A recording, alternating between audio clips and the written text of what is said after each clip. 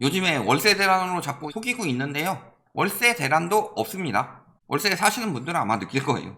월세 대란은 생길 수가 없다. 지금 월세 대란이라고 자꾸 부추기는데 전세 대란처럼 사람들 심리가 그렇게 조장되지 않죠. 옛날에는 전세 대란 난다고 하면 전세 대란 문재인 씨 괜히 임대차 3법 해가지고 전세 대란 만들었다 이런 여론이 있었죠. 근데 핵심은 임대차 3법 때문이 아니라 금리 때문이라고 저희는 임대차 3법 시작부터 말했었죠.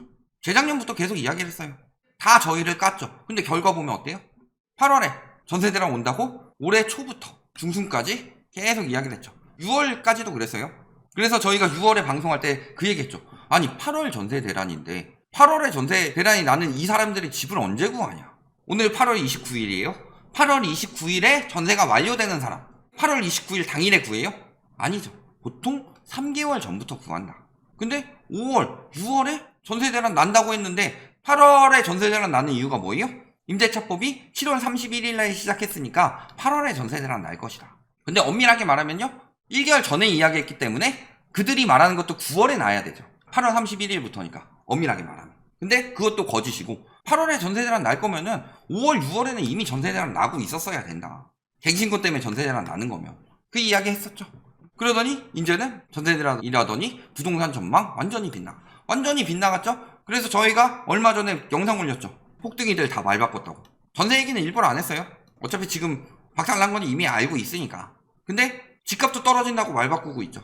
근데 이 말 바꾼 폭등이들을 아직도 맨날 언론에서는 저들만 취재해가지고 그래도 덜 떨어진대요. 떨어져 봤자 2, 3년 떨어진대요. 이딴 소리나 하고 있다. 근데 완전히 빗나갔죠. 그래서 보면 어때요? 7억 8억에 내놨는데 거래는 5억 원. 왜? 7억 8억 주고 누가 들어가냐. 그리고 전세 매물은 폭증하고 있다. 매물수 보면 어때요? 그런 기사가 나오더라고요. 임대차법 이전으로 전세 매물이 돌아갔다. 근데 이게 진짜 심각한 게요. 임대차법 이전으로 전세 매물이 돌아갔다는 거는 임대차법 이전은 뭐예요? 임대차법은 20년 7월 31일에 시행됐죠. 그런데요. 20년 8월 21일에 허위 매물 단속이 들어가기 시작하고요. 9월 21일부터 과태료 부과가 시작이 됐죠. 한 달 유예 기간 주고.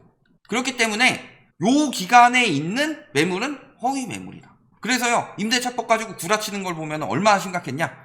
예를 들어 21년 7월은요. 아까 이야기한 20년 9월 21일에 비해서 엄청나게 매물이 늘었다. 그런데요. 1년 전보다 감소하면서 20년 7월 매물을 들고 오더라. 이때는 허위 매물이 판을 칠 텐데. 근데 심각한 이유는 허위 매물이 판 칠 때보다 진짜 매물이 지금 더 많다. 굉장히 위험하다는 신호죠. 그래서 가격이 뚝뚝 떨어지고 있죠. 아까 관악구 매물은 7, 8억 한다는데 5억대 거래되고 있다. 강남 서초도요. 억씩 떨어지고 있다고 하죠. 억대 하락. 그래서 보면은 15억 거래됐는데 12억. 자, 억대 하락이라고 이야기하고 있어요. 그 다음에 19억 거래됐던 게 13억 6,500. 올라갈 때는 제대로 얘기해주죠. 근데 떨어질 때는 억씩 떨어진다. 그러면 한 1억 정도 떨어졌거니 이런 식으로 생각하는데 3억 떨어지고 여기는 얼마 떨어진 거예요? 5억 3,500 떨어졌죠. 그러면 막 5, 6억 떨어진다 이런 식으로 말하면 진짜 체감이 많이 왔을 텐데 그 체감 안 가게 하려고 제목도 그냥 억씩 떨어진다. 억씩 떨어지면 1억 떨어지는 거지. 근데 왜 기사에 나온 건 3억 5억이에요? 그리고 하락도 확대되고 있고 하락폭이 점점 커지고 있다. 문제는요. 올랐던 게 정상화되는 거다. 그러니까요. 지금도 막 이런 식으로 이야기를 해요. 폭락하면 다 망해요. 폭락해도 안 망해요. 왜? 급등했으니까 그때 산 사람들이나 망하지. 예를 들어서 2014년에 집 샀는데 폭등할 때 가만히 보고 있다가 폭락하는 거 봤어요. 그 사람은 망해요? 원위치 된 건데? 폭락하면은 뭐 사람들이 수억씩 손해를 본다. 아니에요. 미실현 이익에 대해서는 그렇게 말하는 게 아니다. 미실현 이익에 대해서는 어떻게 말해야 되느냐? 그 당시에 거래에서 피해를 본 사람들, 잃은 사람들만 이야기를 해야지. 무리하게 빚내서 샀는데 이런 사람들이 문제인 거지 미실현 이익에 대해서 망한다라고 말하면 안 되는 거죠. 14년에 집 산 사람이요. 21년까지 폭등했다가 21년 하반기부터 하락하기 시작하죠. 21년 하반기에 떨어져서 지금까지 떨어졌다고 해서 손해를 받느냐. 손해본 거 1도 없어요. 근데 전 국민이 다 망하는 것처럼 말하는 것 자체가 웃긴 거고.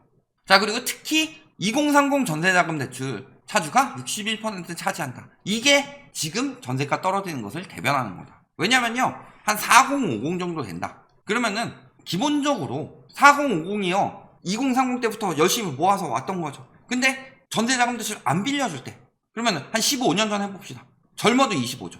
근데 이때 그러면 한 2007년 정도 되죠. 이때는 전세자금 대출 개념이 지금 같지 않았다. 전세자금 대출을 언제 만들었느냐. MB 때 전세자금 대출에 대해서 1억, 2억으로 확대하고 그 다음에 박근혜 정부 때 3억, 5억으로 확대했죠. 이게 지금 저금리 때 전세 대란을 만든 거다. 그래서요, 예를 들어서 집값이 떨어지면요, 전세 가격은 당연히 같이 떨어져요.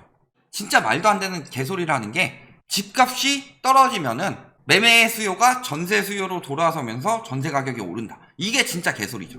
왜? 매매 수요가 되는 사람들이 원래 전세 수요이기 때문에 전세 수요가 늘어날 일이 없죠. 그리고 또 한 가지는 뭐예요? 전세라는 게 뭐예요? 그 집의 가치를 담보로 집주인에게 돈을 빌려주고 그 집에 거주할 권리를 이자 대신 받는 게 전세죠.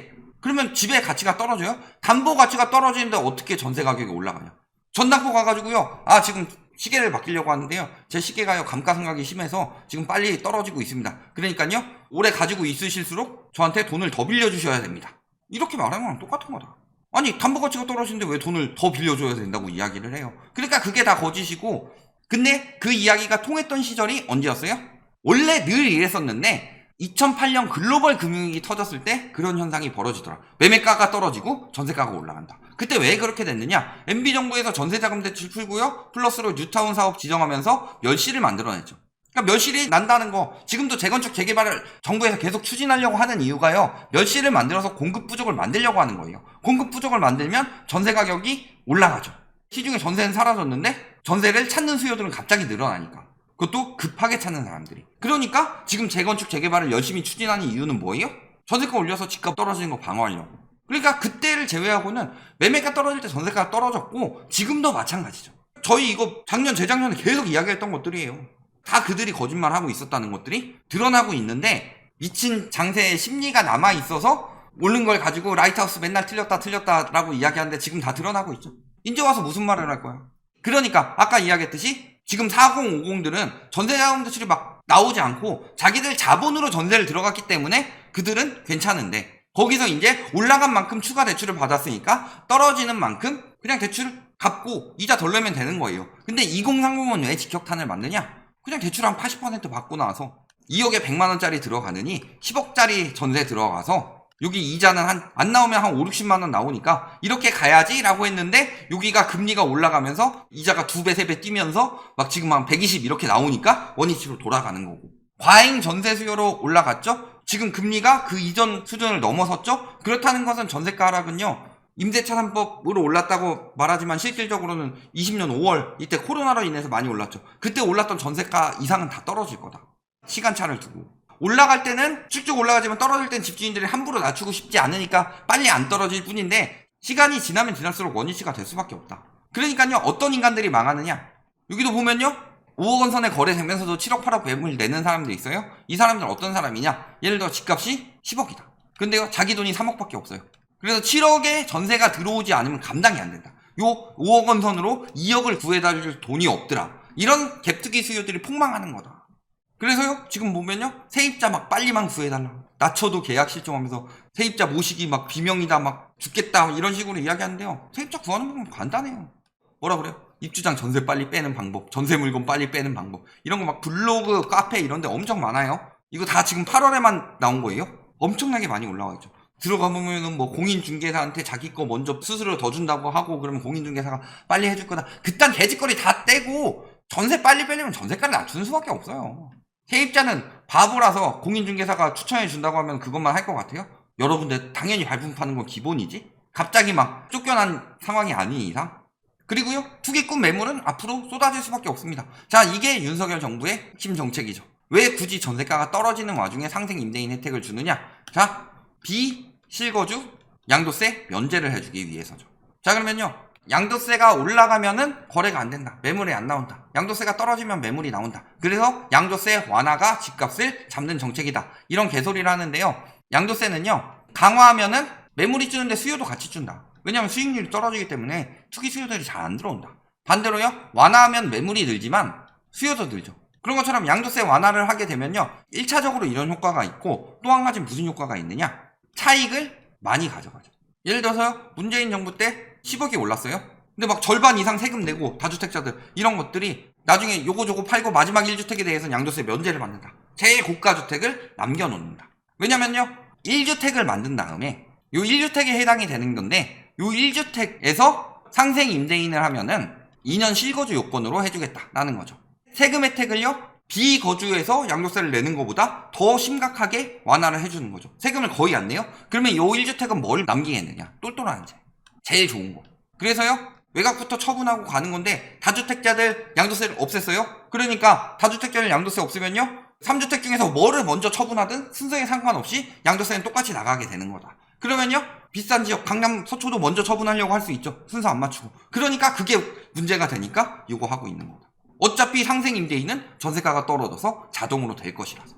2년 후에는요, 양도세 안 내도 돼요. 집값이 올라야 양도세를 내지. 근데 전세 대란은 이미 없다. 자, 전세 대란설 파도일까 침수일까 막 이러면서 가능성 적다 이야기하는데 전세 대란 왔어요. 지금 깡통 전세 대란 518구 잠적 이런 것처럼 전세 사기 의심 13,961건 적발. 이거 깡통 전세는 왜 나는 거예요? 전세가도 떨어지고 매매가도 떨어지죠. 근데 매매가가 떨어지니까 처음 들어갔던 사람들 전세가보다 매매가가 떨어지니까 깡통 전세가 나는 거죠. 예를 들어 매매가 떨어지고 전세가가 오른다. 전세가가 매매가보다 비쌀 수는 없죠. 매매가가 한계선인데 처음부터 깡통 전세였던 것들 조건이 좋다고 들어갔다가 팔고 잠적하는 거죠. 그래서 전세대란 났죠. 깡통 전세대란. 그래서 앞으로 전세에 들어갈 때는요, 다주택자들 건 굉장히 조심해야 된다. 특히 아파트는 갭 작은데, 그러니까 지금 지방에 뭐 3억 미만 1억 미만 갭투기 들어가는 곳들 있죠. 그런 데는 전세대란 굉장히 조심하셔야 돼요. 깡통 전세대란 엄청 날 거다. 또 빌라, 오피스텔 이런 것들. 그 다음에요, 역전세 대란 났죠. 세입자 복구하고. 저희가 말씀드렸죠. 금리 올라가면서부터 그 얘기했어요. 8월 전세 대란이 아니라 역전세 대란 날 거다. 그대로 나고 있죠. 세입자는 보증금 반환 걱정해야 된다. 근데 사실은 이거 집주인한테 돈 빌려주고 빌려준 돈 받는 건데 왜 걱정을 해야 돼요? 이게 문제죠. 그런데도 보증보험 가입하는 거는 세입자 보고 가입하래요. 이게 말도 안 되는 거다. 사실은 원래 집주인이 의무적으로 가입을 시켜줘야 된다. 그리고요, 예를 들어 경매에 넘어갔을 때 부족 부분에 대해서는 세입자들에게 돌려줄 수 있도록 법안을 마련해야 된다. 이거 경매 잘못 받은 낙찰자가 갚는 경우나 아니면 세입자가 그냥 피해보는 경우 있죠. 요거 없애야 돼요. 요거 법안으로 제정해야 된다. 그리고 전세가율도 상한선을 정해둬야 되고 전세자금 대출에 대해서도 한도에 대해서 정해둬야 된다. 그래야지 집값 거품 안 생기고 집값 거품 꺼질 때 세입자들 피해가 안 본다. 그리고 세입자들이 피해 보면 아까처럼 깡통 전세대란 나서요, 피해를 보게 되면요, 잠재적으로 매수 수요가 줄기 때문에요, 투기꾼들은요, 저런 인간들 못 돌려주면서 무리하게 한 인간들에 대해서 욕을 해야 된다. 입주대란 났죠.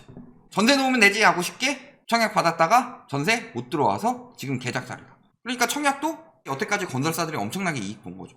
집값 전세값 계속 오른다. 아, 그러면은 일단은 월급보다 빨리 오르니까 일단 청약 받아놓고 입주할 때쯤 되면은 전세 비싸게 들어올 거야. 그럼 전세금 가지고 맞춘 다음에 내가 나중에 전세금만큼 모아서 들어가서 거주하면 되지. 이런 식으로 유도를 해서 건설사들이 엄청나게 비싼 가격에 분양을 끝마쳤다. 그리고 그 말에 속아서 입주한 사람들이 지금 비상이 난 거다. 결론, 전세대란 언제 와요? 지금 왔죠. 지금 깡통 전세대란과 역전세대란과 입주장 전세대란이. 금리가 계속 올라가는 동안에는 저 역전세대란은 계속 심화될 겁니다. 미친 척하고 정부에서 다 때려 부수고 멸실 엄청나게 만들지 않느니라. 그러니까 지금 270만원 발표하고 재건축 완화를 하겠다고 선언을 한 거다. 전세대란 가속화되고 이로 인해서 집값 붕괴는 더욱 가속화될 것이다. 여기까지 말씀드리겠습니다.